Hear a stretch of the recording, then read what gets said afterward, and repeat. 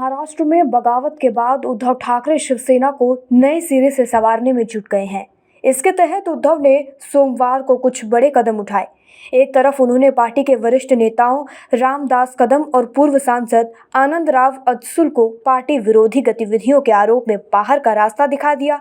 शिवसेना सांसद विनायक राउत ने इसकी जानकारी दी है। इससे पूर्व सोमवार को दिन में ही उद्धव ठाकरे ने 100 नई नियुक्तियां की है। महाराष्ट्र में अपने विधायकों की बगावत के बाद शिवसेना प्रमुख उद्धव ठाकरे फूंक फूंक कर कदम उठा रहे हैं। इसी क्रम में वह बचे खुचे पदाधिकारियों को चिन्हित कर रहे हैं। इसके तहत उद्धव ने 2 वरिष्ठ शिवसेना नेताओं के खिलाफ अहम कदम उठाए हैं। फैसले के तहत उद्धव ने रामदास कदम और आनंदराव अदसुल को पार्टी से बाहर का रास्ता दिखा दिया है।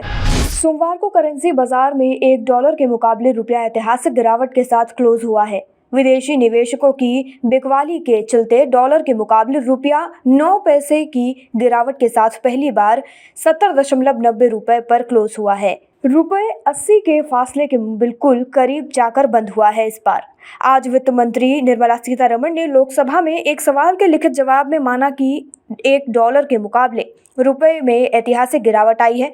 उन्होंने कहा कि रूस यूक्रेन युद्ध, कच्चे तेल में तेजी, वैश्विक फाइनेंशियल हालात में सख्ती के चलते डॉलर के मुकाबले रुपए में गिरावट आई है। वित्त मंत्री ने सदन को बताया कि ब्रिटिश पाउंड, जापान के येन और यूरो में डॉलर के मुकाबले भारतीय करेंसी रुपए से भी ज़्यादा गिरावट आई है। उन्होंने कहा कि इन करेंसी के मुकाबले रुपया मजबूत हुआ है। अस्पतालों में इलाज अब महंगा हो गया है। अस्पतालों के नॉन आईसीयू कमरे जिसका किराया 5,000 रुपए प्रति दिन से ज्यादा है, उस पर 5% जीएसटी का भुगतान करना होगा।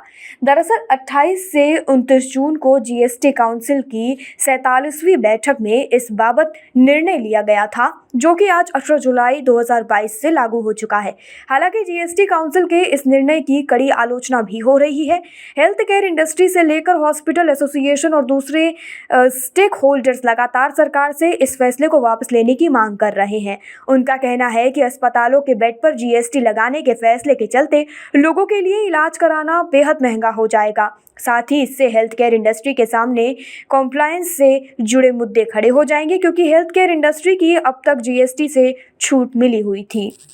देश में मंकी पॉक्स के दूसरे मामले की आज पुष्टि हुई है। दूसरा केस भी केरल में ही मिला है। राज्य की स्वास्थ्य मंत्री वीना जॉर्ज ने कहा है कि कन्नूर में 31 वर्षीय शख्स में मंकी पॉक्स की पुष्टि हुई है। उन्हें परियाराम मेडिकल कॉलेज में भर्ती कराया गया है, जहां उनकी स्वास्थ्य स्थिति फिलहाल ठीक है। उनके संपर्क में आने वाले लोगों पर निगरानी रखी जा रही है। स्वास्थ्य विभाग के मुताबिक जिस शख्स में मंकी पॉक्स की पुष्टि हुई है, उसने दुबई की यात्रा की हुई थी। गौरतलब है कि बृहस्पतिवार को देश में मंकी पॉक्स का पहला मामला सामने आने के बाद केरल में एक केंद्रीय टीम भेजी गई थी।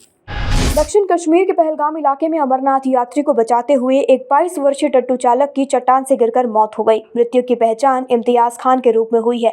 इम्तियाज के बारे में कहा जाता है कि वह काफी मेहमान नवाज और मददगार स्वभाव के व्यक्ति थे।